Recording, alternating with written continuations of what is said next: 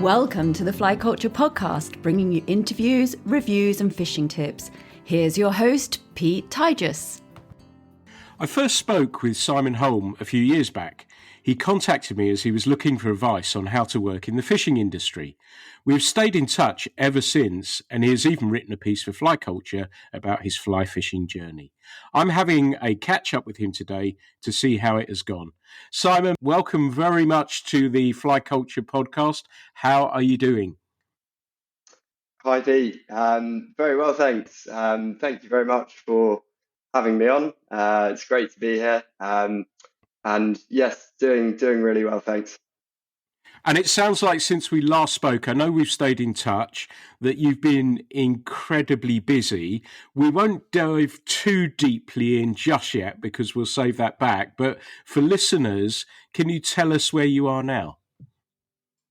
Yeah, absolutely.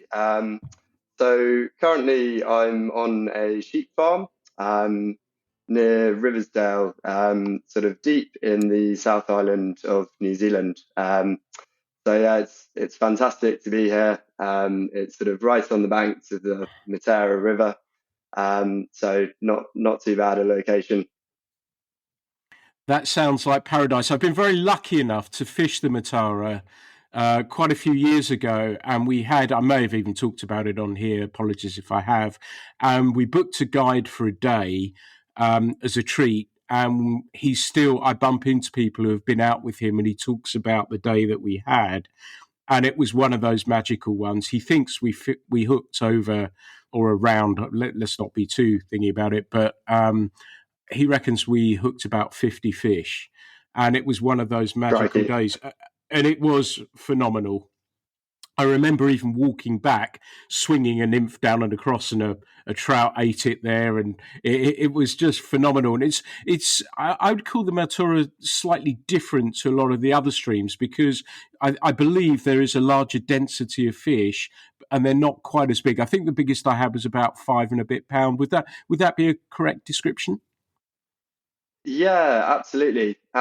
So, I mean, I've only sort of been here a week now, so I haven't kind of seen it in full swing yet. But yeah, certainly sort of a much higher population of sort of slightly smaller fish. You know, still fantastic fish, and it's unique in that sort of whereas in most of New Zealand, if your fly looks like food, and it's a good presentation, and you can get a natural drift, then often the trout are sort of more opportunistic. Whereas on the Matera, it's sort of one of the few rivers where it's a lot more a case of needing to match the hatch. So I think at this time of year, it's the sort of Delatidium mayfly, which they get quite a lot of. So yeah, very, very much looking forward to hopefully experiencing that in full swing at some point. That sounds amazing. And like I said in the introduction, we first talked, I can't remember, I get confused with years because of COVID, but I reckon it must be 3+ years ago when you were in a job and phoned up and we had a long conversation about life. We talked about jobs. We talked about working in the fishing industry and how it was. And, I remember saying to you that it's a difficult one to enter and to think very long and hard, leaving a stable income to pursue a dream. The thing in your favour, I think, is obviously that you're young, which is great news. But things sort of changed a fair bit for you, didn't they? And you sort of ended up in the industry. But how did that come about? And where did that start? And what did you do to get yourself in that sort of position? Were you contacting lots of people? Were you speaking to lots of people in the industry? How did you make that decision to say, right, okay, I'm going to go for it? Yeah, absolutely, Pete. So sort of when we first spoke on the phone, I was working in a sort of a role in London. I finished university, and sort of lots of my friends moved up to London and sort of went into various jobs. And basically, I took the first job which I was offered. working at a civil engineering institution, but the role itself was sort of largely admin, which, to be honest with you, was not exciting whatsoever. It was a great place to work, but the work wasn't particularly sort of fulfilling on a personal level. And I love the social side of London, going out and going to the pub and whatnot. But I really miss the fishing. I've been lucky to sort of grow up in a rural area, um, and sort of definitely over the years, it's been such a such a contact point for me to get down to the river and just clear my head. And sort of in London, well, I had a few ventures to the River Wandle, which surprisingly I didn't think I would, but quite enjoyed. But I basically missed it. I missed being able to sort of nip down to the river, and found myself sort of spending quite a few weekends driving out of London, sort of going over to Wales or back home to the southeast, and sort of getting that fishing fix. And sort of I was looking and reflecting on sort of what I was passionate about, and sort of what I found personally fulfilling, and could see that there was an industry around fly fishing, sort of albeit a niche one, and thought, whilst I'm this age, sort of at the time, kind of early 20s, mid 20s, I really thought now's the time to sort of give it a crack. And sort of having listened to the podcast, and sort of heard about your years of guiding, I thought it'd be a good idea to reach out. So that was sort of when we spoke, and after that, I stayed in the role for a bit longer, but started reaching out to people, and just emailing contacts, emailing lodges, just saying, look, I don't have much prior experience, but I'm young, I'm enthusiastic, I'm really keen to learn. And sort of eventually a chap called Charlie Keezer, who ties lovely salmon flies up in Yorkshire, put me in touch with a leaseholder in Iceland, and we sort of exchanged emails for a while, and I sort of said the same thing, that I'm just incredibly keen to come and get involved, and that I felt that I could bring some elements of it to the table, and sort of learn the other sides and bits and pieces necessary. And Jon came over to London, and we went for a beer and had a chat, and he said, cool, basically come out to Iceland, and work as an apprentice guide, which I couldn't believe. Having said that, I did badger him quite a lot. He'll say that as well. I definitely was on his case, but just incredibly grateful to Jon for sort of giving me that opportunity. And so basically in May of this year, I finished up at that role in London, and swapped it to go out to Iceland, and go and guide on a salmon river out there, which was just a tremendous experience. It does sound it. Was it? There's a couple of things that I'm already thinking. Is one, was there any sort of nervousness when you handed your job in? Because I'm guessing the pay wasn't quite the same, and your strike rate. I'm guessing that you just didn't have one conversation. I'm guessing that you spoke to many people, but just kept going. And I think the word that you used there, badgering, was a wonderful one, because that's how you get a foot in the door, isn't it? You just keep on and you keep on. And I guess you knocked at many doors, did you? Yeah, absolutely. I sort of must have sent hundreds of emails, and sort of interviewed for a few other positions. And the difficulty I came across was a lot of these lodges. They said, look, we take on guides who have sort of got minimum 4 or 5 seasons experience, which was a bit frustrating to hear, because it's sort of like, how do you get that experience in the first place? And yeah, I mean, in terms of nervousness leaving the job, it was a mix of nerves and excitement. It was funny because I'd kind of have waves of thinking, crikey, I'm stepping into the unknown. Definitely feelings of sort of imposter syndrome, thinking, oh, crikey, can I do this? And then just excitement about sort of going into something new, um, and the thing which I'm most passionate about in the world, which is going fishing. So sort of part of me was just absolutely nervous. But another part was just full of excitement, about the opportunity. That's really interesting that you mention imposter syndrome as well, because I, as yourself and other people I know in other walks of life as well, and when people are at their top of the game, they still feel or fear the imposter syndrome, and I think that's a driving factor for many people to continue to try and push on and try and achieve. And it's really interesting for me to hear you say that. So you turn up at Iceland, and I guess looking from the outside in, we're thinking of lovely lodges and everything else. But of course, when you're working there, it's slightly different. The staff quarters, I'm guessing, are a little different.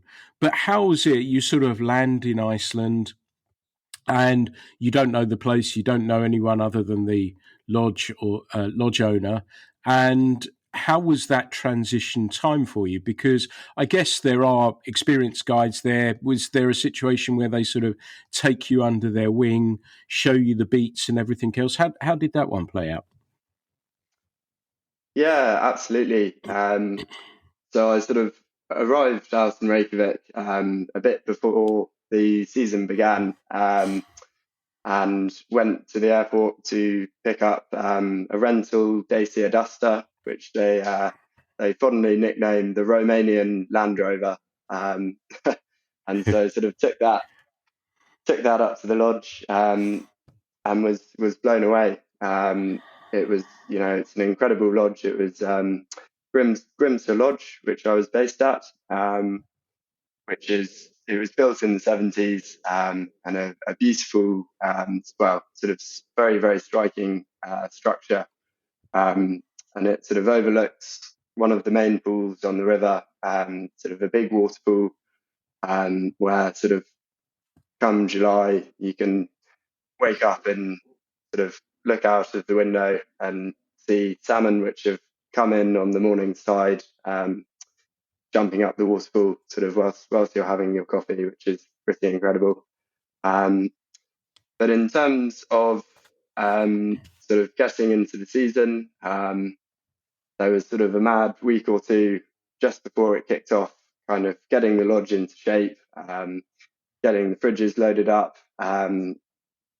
everybody arriving, and so it was just all go really.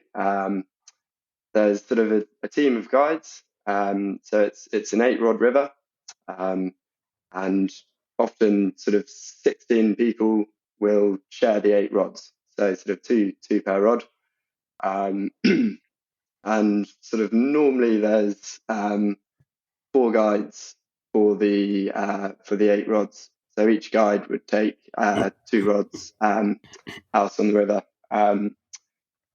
And the other guides out there, there's a fantastic team at Grimta, sort of a mix. A few guys who are sort of similar in age to myself, and then sort of some more experienced heads.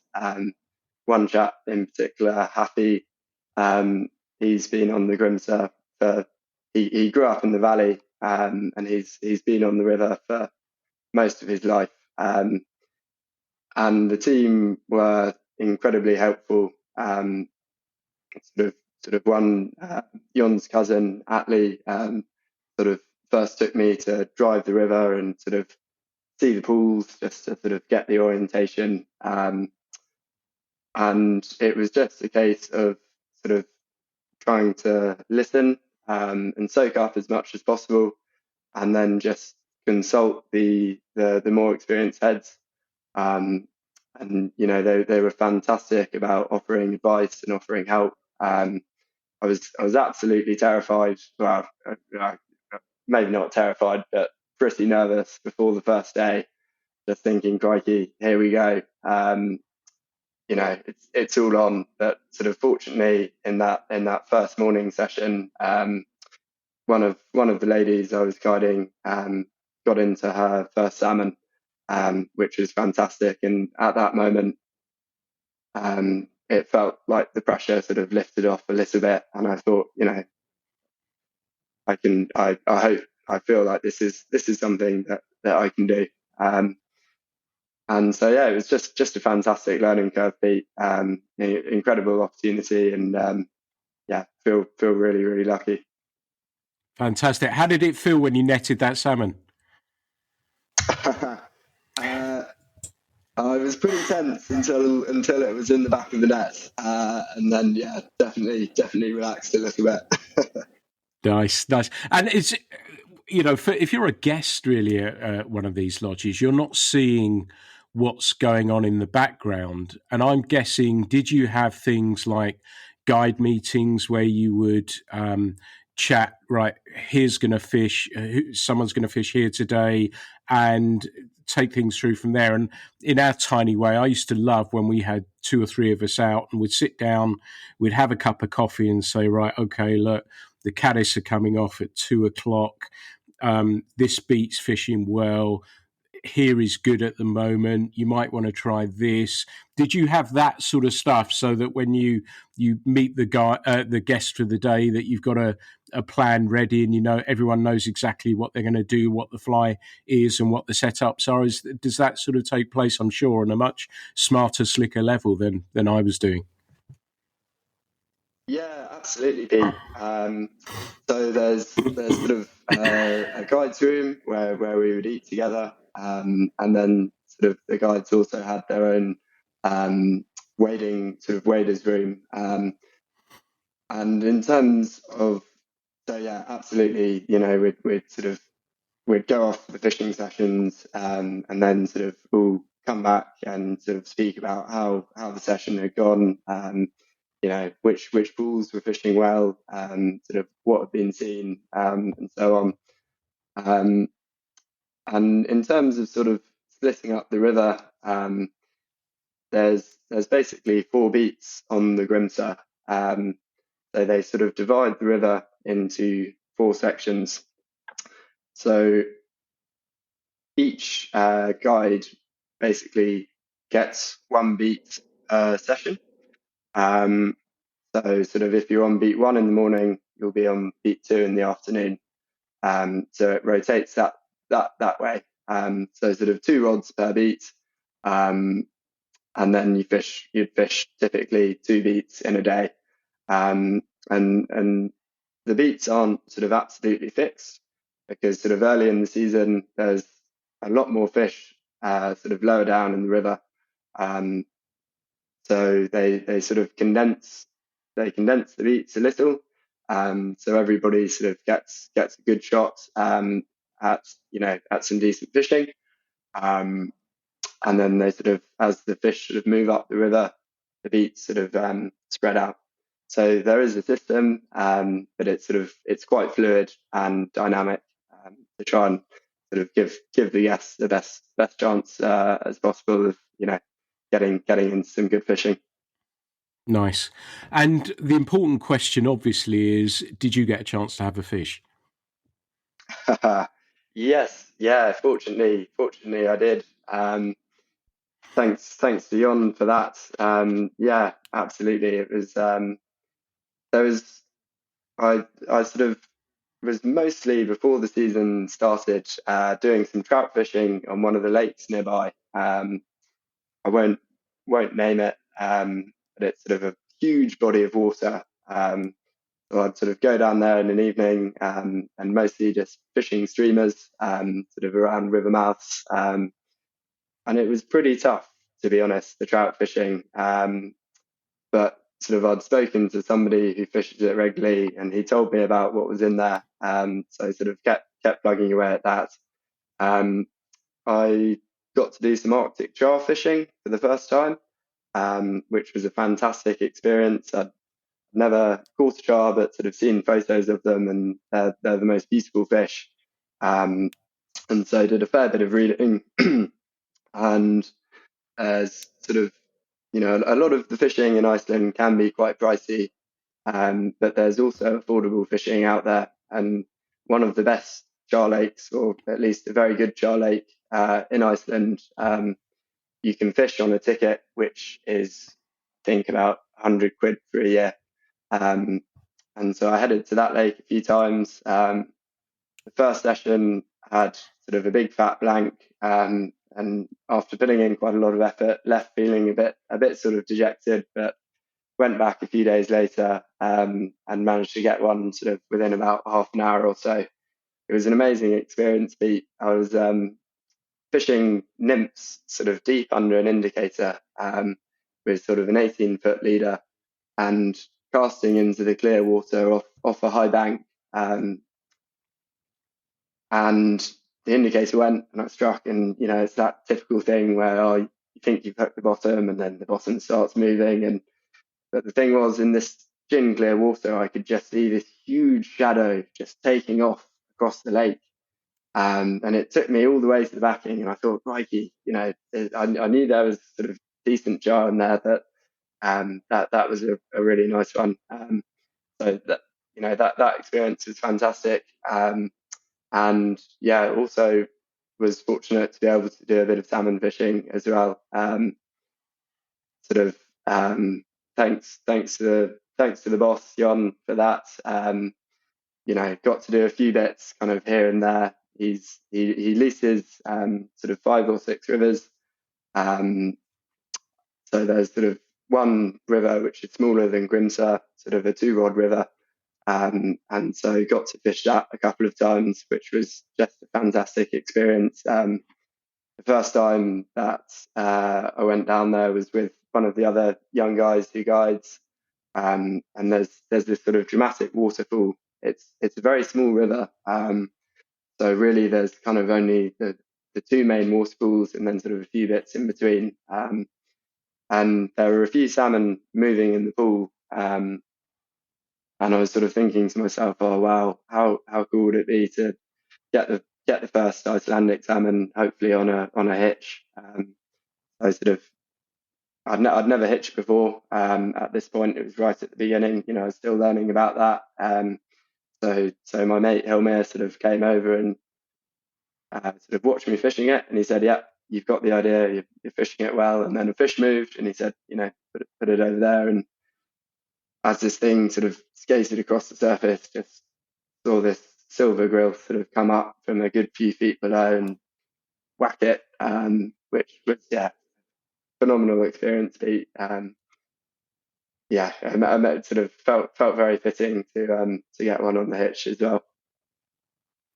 That's something I've not ticked off my list, and one day I sincerely hope that I may be able to. But yeah, it sounds a wonderful mix of fishing that you've had there.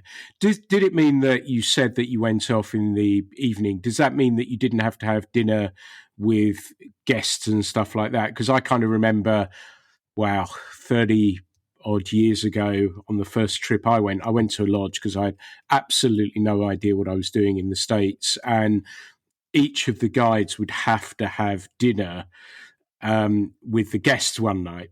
And there was the guide I was with, Cow, a young guy, and he was, we got up some pranks during the day, but it was fascinating seeing him on very good behaviour when we were having dinner with the rest of the guests. Did you have to do that sort of thing as well? So sort of sometimes some of the guys absolutely would eat with the guests. There's sort of situations where some of the guests coming out to Grimsby have been fishing with these guys for so many years that, you know, they're just old friends by this point. But typically the guests would sort of eat in the dining room, and the guides would come in and sort of have food in the guides room, which was awesome because, you know, it's long fishing days. You're allowed to fish 12 hours in a day, and sort of especially the Icelandic guests, they're often quite keen to really maximise that. So sometimes you'll be heading out at 7 in the morning, you'll fish 6 hours until 1, then pause for lunch, and there's sort of a decent pause to give the pools a bit of a rest as well. And then you'll head out and fish from 4 o'clock in the afternoon till 10 in the evening. So sort of after 12 hours on the river, you're pretty knackered often and kind of ready to just sort of kick back, and have some food and get some sleep. Yeah, nice. I remember as well when we were down in Italy that Vito looked after us for 3 days with the other guys as well, Paolo and Stefano. But Vito would have dinner with us as well. And I said to him, you know, at the end of it, I raised a glass because he got no break whatsoever. So it was guiding all day, then having to have dinner with us. Then we'd have a few drinks afterwards and everything else. So Vito, if you're listening, I still raise my glass to you because that was a fantastic performance. And it is nice to be able to switch off, isn't it? Because it is, I think, often when people think about guiding, they think it's incredibly glamorous, but really it's a service industry job, isn't it? Absolutely. You have to sort of concentrate all day. You know, so it's 12 hours of your focus has sort of got to be there. So yeah, it can sort of get tiring, but at the same time, it's incredibly rewarding. You know, especially when you've got people new to the sport, and you know you might take them to a certain spot or show them something new, and they sort of put it into practice and stick at it, and then you know hook a salmon and hopefully land it. That is just the most amazing feeling. So yeah, absolutely. You know, it can be sort of a lot of concentration and long days, but generally I absolutely loved it. And yeah, sort of the rewards and the joy that you see on people's faces when they get into one of these beautiful fish, yeah, definitely makes it all well worthwhile. Yeah, nice. Something you said there reminded me of a piece when I used to run the online magazine Eat Sleep Fish that Mark Roxburgh wrote. And you said that you had people new to the sport. And I remember in our little fishing school that when people phoned up, Emma would take the bookings to keep people away from me for as long as possible. That she would take the bookings and ask if they had any experience. Now, we quickly learned that experience, if they said they were experienced, it could mean that they fished around the world or they've been once. And so it was quite a interesting filter to be able to do that. And I remember we took a booking from a guy in Australia and he was asking me, you know, he's interacting with me before we met, and he asked me what flies to tie. He asked me what weight rods. And so I met him, put the rods on the truck to take him to the river, assuming, wrongly as it turned out, that he had lots of experience because he was telling me about the rod. He showed me the flies, the beautifully tied flies. And I said, so were you fishing before you came out? And he said, no, I've not been since 1979 or something. And I'm not exaggerating it. And I had to slam the brakes on the truck, turn round and just do 10 minutes of casting. Now, I don't know if it was muscle memory or whatever. He was absolutely fantastic. We did 10 minutes, went on the river. I had him for a week and he fished like an absolute superstar and was brilliant. But did you find that you had to sort of manage expectations and hold hands for people that hadn't done a great deal before? Yeah, yeah, at points, definitely. I mean, in terms of managing the expectations, sort of when people are going to Iceland, because it's Icelandic salmon fishing, they think, right, and they hope that they, should get into them, and maybe sometimes incorrectly think that it might happen sort of somewhat automatically, and it's still fishing, and you've still got to work for them. Um, and having said that, sort of when the conditions are good, it can be superb. Um, and in terms of sort of with beginners, I really enjoyed taking beginners out.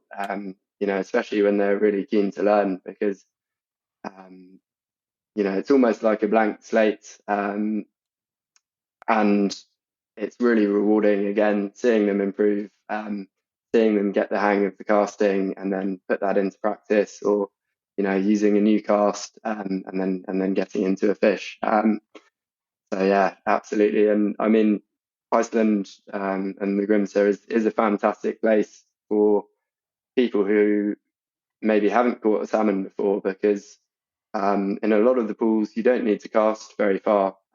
You can fish at 20, 30 foot, and be overfish. And in the sort of prime time, the numbers of fish can be superb. So there are pools that you can go to and say with hopefully a reasonable amount of certainty, there should be a decent head of fish in here. Um, so in that respect, sort of compared to maybe going up to Scotland for a week or whatever, where you might be swinging flies all week, sort of hoping for one fish. Iceland can be fantastic in that regard. Nice, nice. And the last thing that Mark wrote, and if anyone can find it, it's a great little piece as well. As I said, about a season on the Ponnai, and he said when he left there was a tear in his eye. Did you feel similar at the end, at that last day? Was there a sense of melancholy? Were you sad that that season had come to an end? Absolutely, Pete. I was actually really really sad when I realised it had all sort of come to an end. Yeah, gutted. I was pretty tired out. It had just been the most incredible 3 months. So just I'd learned so much about fishing, and I just thought, it really cemented in my mind, sort of going back to what we were talking about earlier, that this is something I would really really like to do, and can see myself doing. So yeah, it was certainly a really really sad moment. There was a great team at the lodge, sort of Shauna, the chef, Hilmir and Asker, the young guides, Happy, Siggy, Atlee, Benny, Jon, Helga. Yeah, it was a great team, and a fantastic experience. So yeah, definitely was sad to leave. But yeah, fingers crossed. I'm hoping I might be able to go back this year. Fantastic. Let's Oh, move on a little bit before we head on to New Zealand and trout and everything else that goes with it. I'd like to understand, and I know the piece that you wrote in Fly Culture gave certainly me and readers an inside track into your fishing career, but has fishing always been around your life? When did you start and where were you fishing? yeah, so I'm same as you, Pete. I'm an Essex boy. So I sort of grew up just outside Colchester in the southeast, and sort of I had quite a lot of hobbies, I guess, growing up, but they were all sort of maybe quite fleeting. And I sort of mentioned in that piece for Fly Culture, how I had me and my best mate Hugo had this big red book called The Dangerous Book for Boys, which was an absolute bible for us. And there were chapters on sort of how to build a go kart, and how to make the strongest conker and things like that. And there was a sort of a 3-page spread or something on the very basics of fishing. And so I think mum or dad sort of took us out, and we got a very basic rod from the range or somewhere like that, and went down to a local farmer's pond, which was full of sort of roach and rudd. And that was kind of the start of it, really. And, I kind of had that boyhood sense of fascination, age 10, and it just accelerated, basically. I think maybe my family thought it was going to be a bit of a phase, but clearly, sort of 15 years on from that, it's just burning stronger and stronger. And so sort of had my first fly fishing lesson when I was 12, and so sort of did a bit of fly fishing, with a bit of coarse fishing, a bit of lure fishing, sort of all throughout my teenage years. And yeah, sort of, I think I wrote about in the piece how I used to sort of fish with my late dad, and that was some really great time that we spent together. And sort of when he passed away, I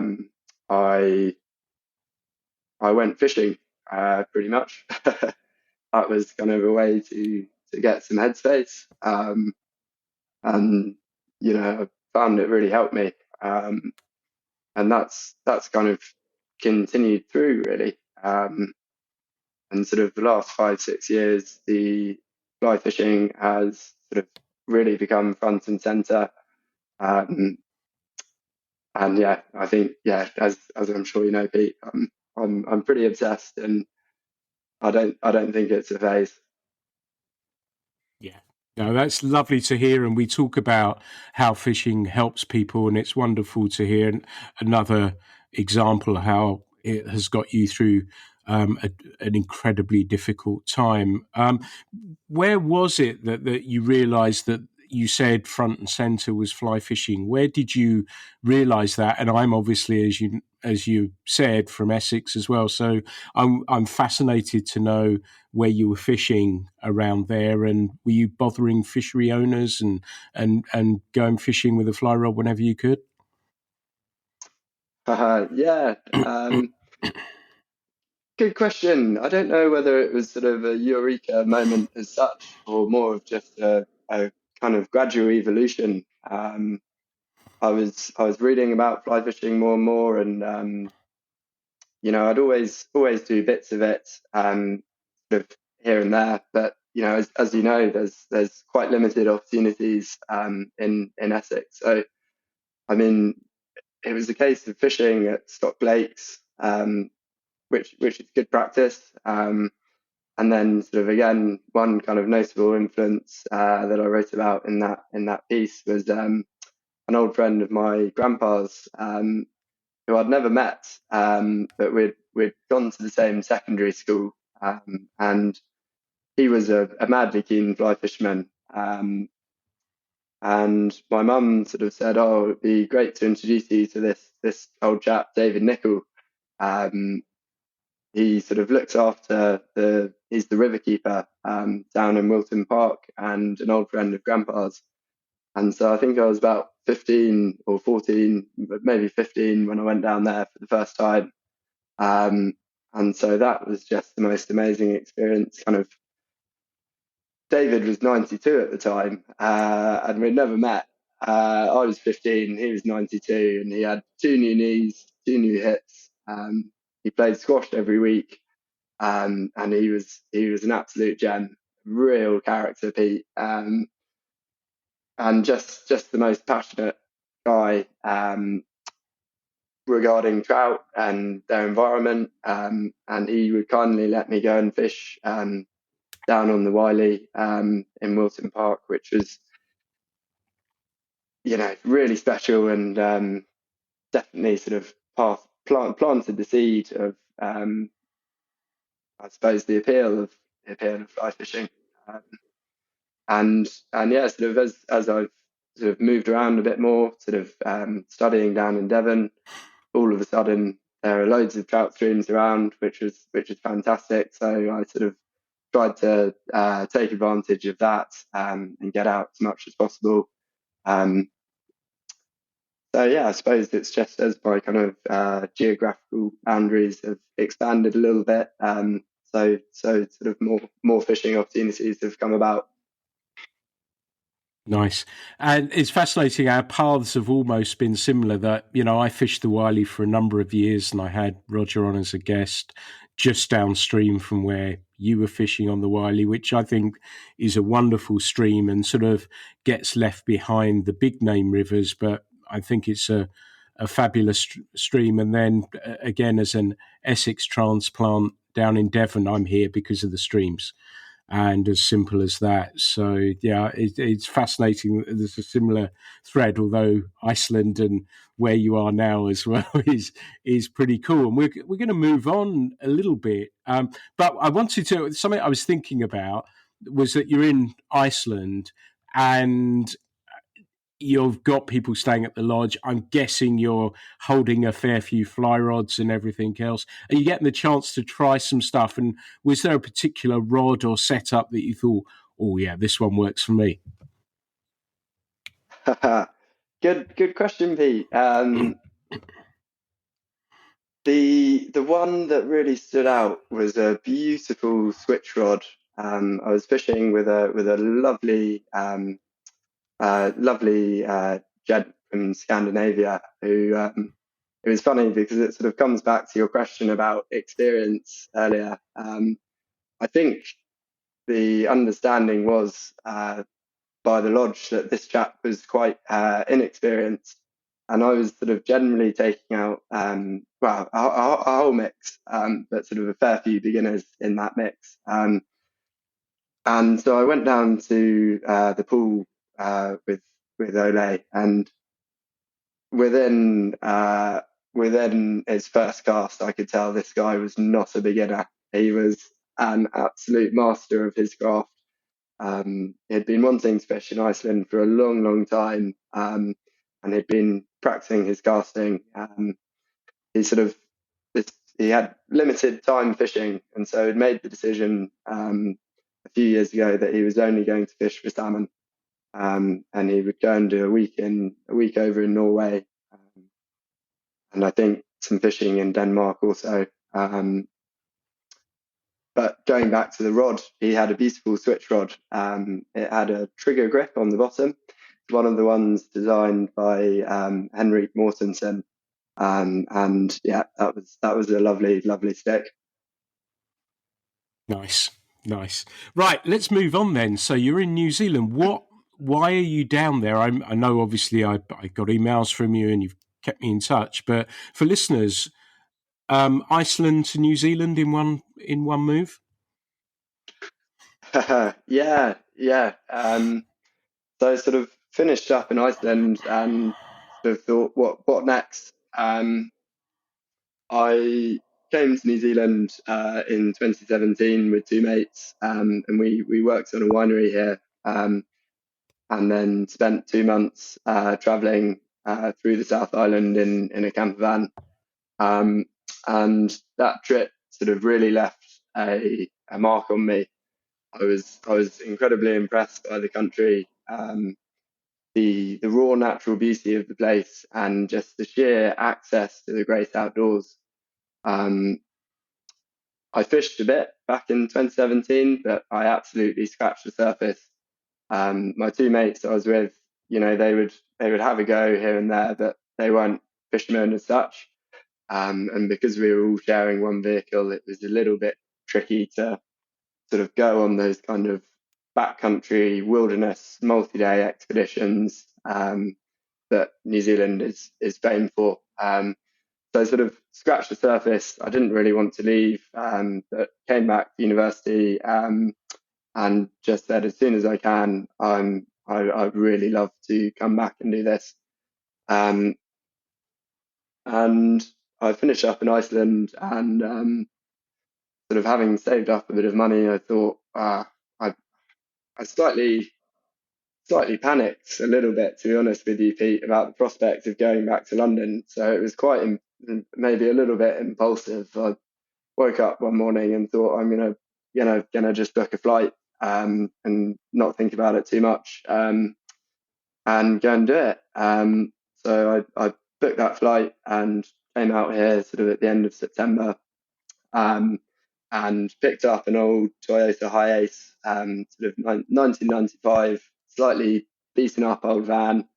Um, and so I've been living in the van for the last 3 months and sort of following the weather and the fishing opportunities and basically getting it out of my system, stretching my legs and getting it out of my system, which has been fantastic. And so I've sort of recently just landed at a sheep farm where I'm going to be staying for the next while. So yeah, it's fantastic to be here, Pete. The fishing has just blown my mind.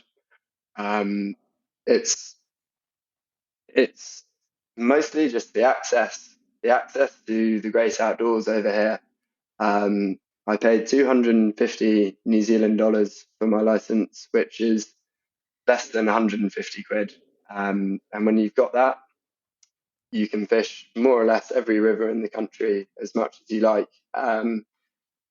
The early Europeans who came over here, I think they were a little frustrated at the lack of access for hunting and fishing back in the day. Up in Scotland, the salmon rivers, only certain people being able to get on or whatever, and they sort of enshrined it in the law. There's a law called the Queen's Chain, which is to do with everybody being able to access the riverbanks. They thought it was really important that everybody should be able to go and hunt and fish, and that system has sort of survived to this day. So just, I mean, the freedom and the solitude and the adventure of the place, those have sort of been three real features of the trip so far. That sounds absolutely fantastic. I know we've had Dan Osmond on who has written about sleeping in his car. How is that? I guess if you're in your 20s, sleeping and living in a car is a pretty comfortable existence. Has that been fun? And did you learn anything about yourself living in a car, like having to remember stuff or just making do? Or how was part of that process? Oh yeah, it was brilliant, Pete. I loved it. Very liberating. Yeah, uh, sort of one of you'd go unwashed for days at a time, so that was sort of part and parcel. So definitely was probably a bit stinky at points, but that's part and parcel. You could find a lake to jump in and check into a campsite somewhere and get into a shower and whatnot. But it was fantastic living in the van. Just very liberating. It wasn't so much fun when you're sort of sat in there in the middle of nowhere and there's sideways rain going on for 4 days at a time. So there are certainly points where it's a case of right, try and locate the nearest cozy pub and park up in there for a bit. But no, it's been brilliant. Great base to sort of to have a fishing adventure kind of out of. So no, it's been fantastic, and the the quality of the backcountry fishing. A lot of these places it takes a bit of walking, but when you get up there, it's almost like you don't know when to turn back because there's another amazing pool sort of round the next corner, and that sensation of sort of fishing unknown rivers has been awesome, and it's kind of brought me back to that almost boyhood sense of wonder of kind of whacking through the bush and finding new spots. So yeah, it's been tremendous, Pete, and feel really lucky. Feel really lucky to be here, and I'm just trying to make the most of it. Lovely. Do I get the sense that you prefer the solitude, or did you get the chance? And I've got to use this term very carefully because I'm old school, and say you hook up with another angler, but I know hook up means something different these days. But I mean meeting someone. But do I get a sense that that you prefer the solitude, or were there times where you enjoyed a bit of company on the river too? Yeah. So I've sort of, I mean, I'm traveling on my own, and so I've sort of largely been fishing on my own as well, which which has been good in many respects. You don't have to sort of worry about anybody else, and I definitely can sort of concentrate more on the task at hand. But equally, it's fantastic to share those moments with people. And so I've sort of come across a few fishermen along the way, and sort of fished with a few of them, which has been a really welcome change, and definitely learned a lot as well. Sharing ideas and sharing information, and that sort of thing. Um, so yeah, I mean, I do enjoy fishing on my own, but equally, it's good to have company every now and again. And what have you learned? Because this is a fishery, and so many guests I have on here. I ask, where would you like to go if you haven't been there? And New Zealand obviously comes up quite regularly. What so far? Because I only went for a couple of weeks and fished hard and was ill for about 2 weeks when I got home because I had no rest. I just fished hard. But you're there a long time, or you've been there a relatively long time already. What have you learned about the fishing and yourself as an angler in that time? Because it's a fishery that doesn't suffer fools gladly, does it? And isn't an easy one. You've got to find that fish, you've got to make that cast, you've got to get that drift, and it might eat, but it may not. It may spook off. What is the biggest lesson that you've learned in the periods you've been there so far?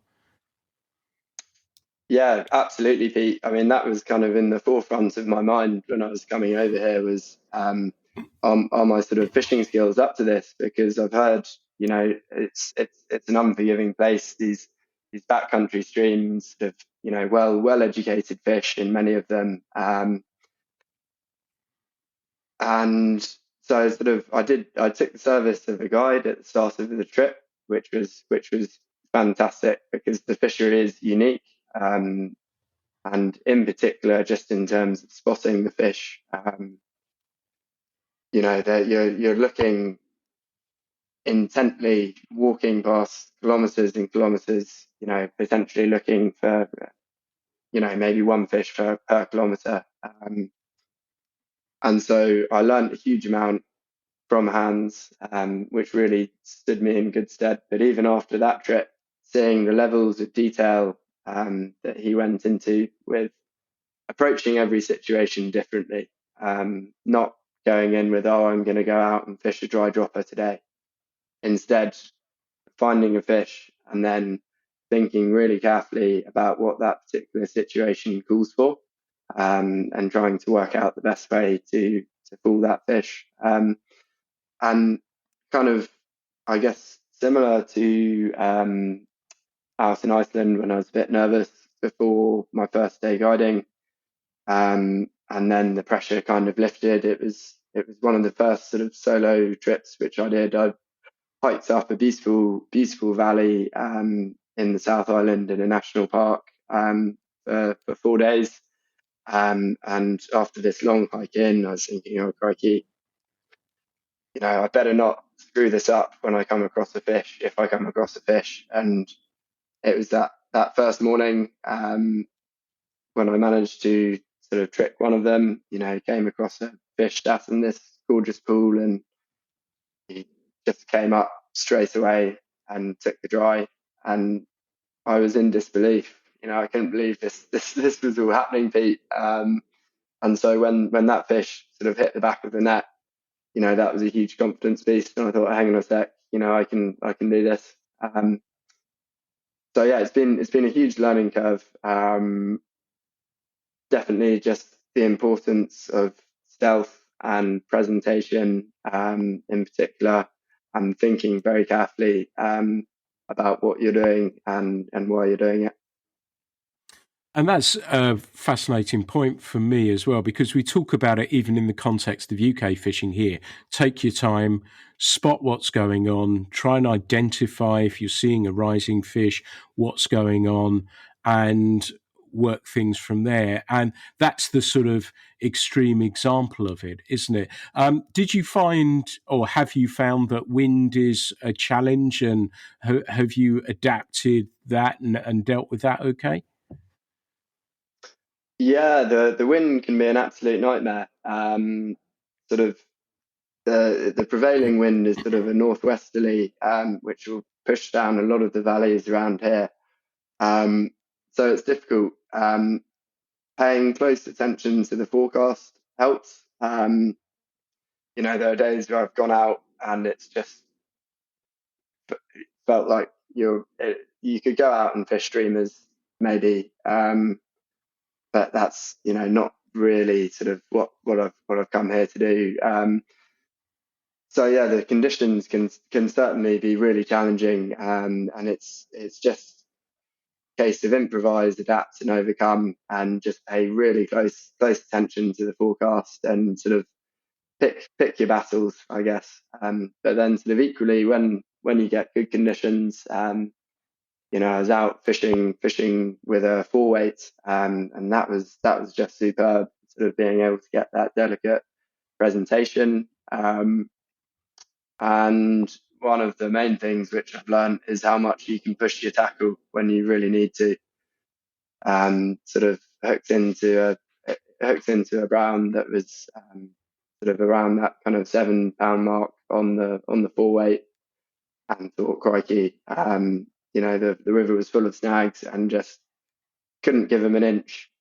Um, and so just literally bent this thing to the cork, trusted the knots, trusted the tippet, and managed to get him out of there. So that was a hairy situation, but it kind of showed me what these rods can actually do should push come to shove. Nice. Yeah, good advice. So you're there, you've been there since September. How long are you going to be staying there until? And what is the plan? Are you going to head somewhere else? It sounds as though you're settled in the short stroke medium term where you're working at the sheep ranch as well. Is that the plan, or are you going to move somewhere else after there? Yeah, absolutely. So I'm sort of settled here now, Pete. I've landed here. It's a beautiful farm. It's sort of the third generation. Zeb, who's hosting me, his grandparents actually built the building, and so I'm going to be working here for next week, January, February, and then basically heading off at the start of March. Need to sell the van, which I'm hoping to do sooner rather than later, because I don't want to kind of have a mad rush with that at the end of the trip. So yeah, hopefully sell that, and then I'll be flying back to the UK mid-March. So for the time being, I'm really looking forward to getting stuck into the Matera. There's so much water to go at, and with a bit of time here, hopefully should be able to get down there for one of those sort of manic deletidium hatches, hopefully. And then there's a few other backcountry rivers nearby. There's one which is on a ballot system to basically control the amount of angler pressure. And I was speaking to a chap in a fishing shop recently, and he said, "Oh well, because of the ballot, lots of people get given dates, and then the weather ends up being terrible, so they don't go."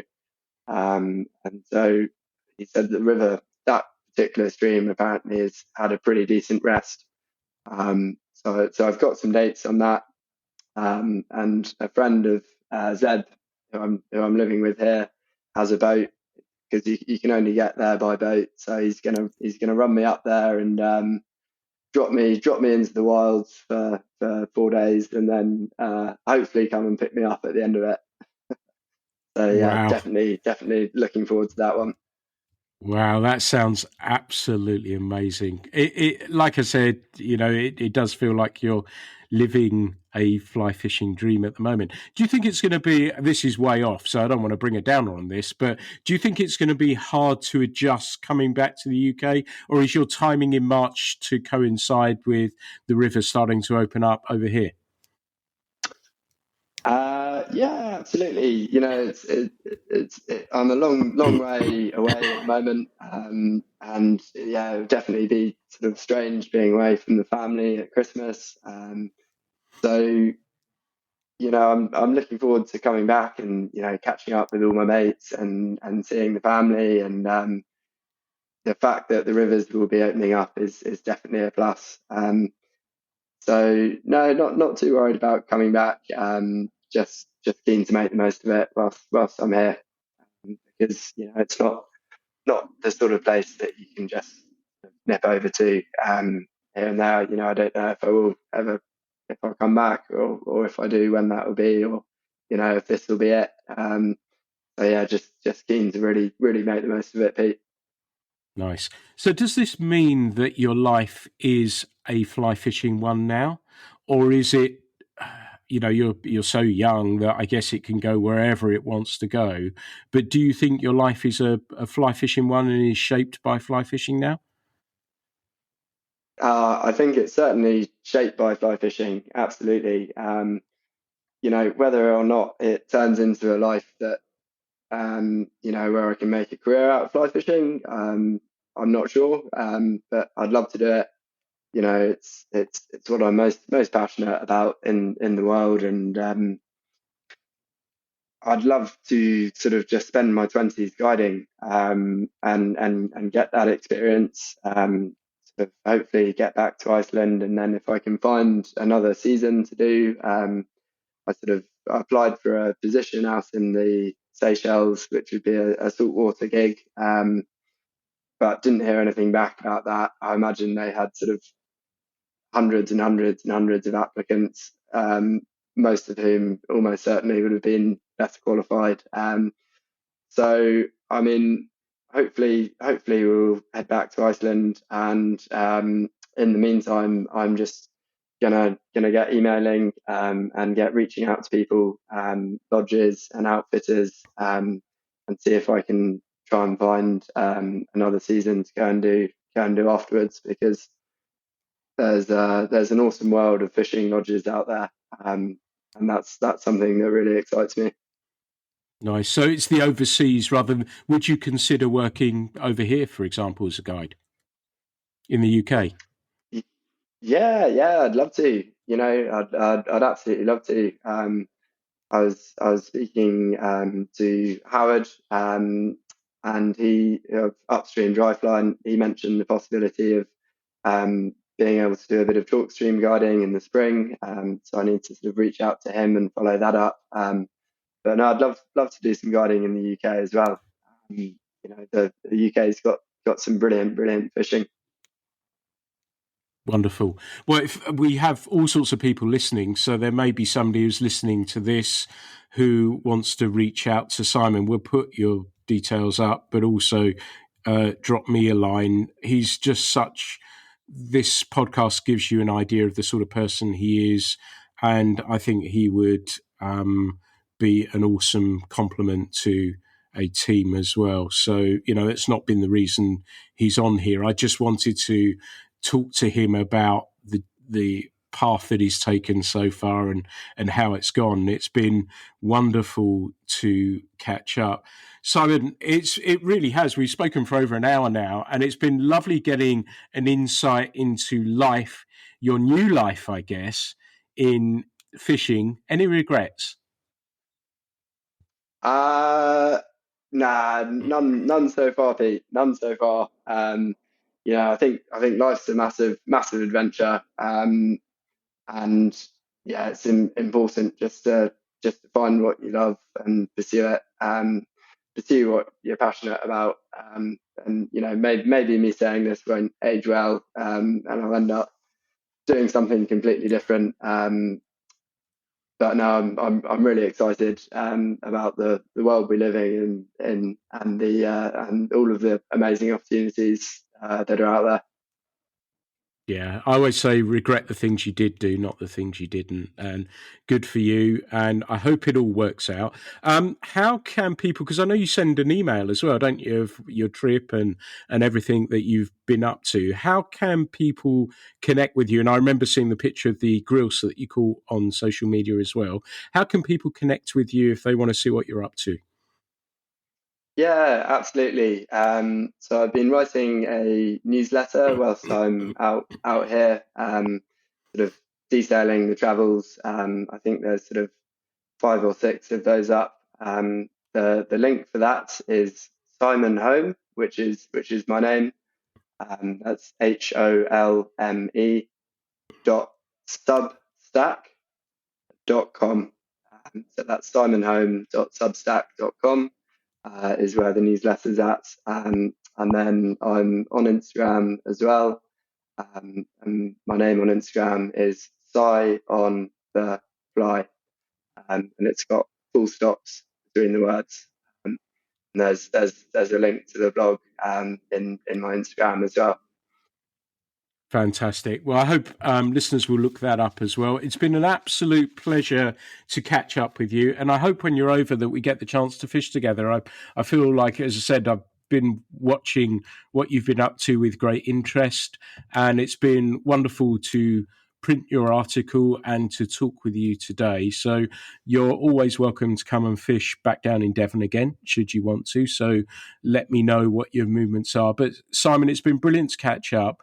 Thank you so much for being a guest on the Fly Culture podcast today. Brilliant. Thanks so much, Pete. I really appreciate it.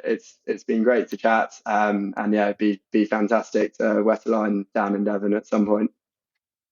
Fantastic. I look forward to that very much. Everyone, this has been the Fly Culture podcast. I hope you've enjoyed this one as much as me. And as ever, there'll be plenty more down the line. I hope you'll consider subscribing. We're never going to charge. I'm never looking to make a penny out of these things. But I'm told if you subscribe and if you write a comment, should you want to, or rate it, that helps people find us. And all I ever try and do with these things is build fly fishing communities. So if you're able to do that, I'd greatly appreciate it. But thank you so much for listening to the Fly Culture podcast. The Fly Culture podcast is brought to you in association with Fly Culture, a quarterly print magazine. For more information, please visit flyculturemag.com. You can also find Fly Culture on Instagram, Facebook, and Twitter.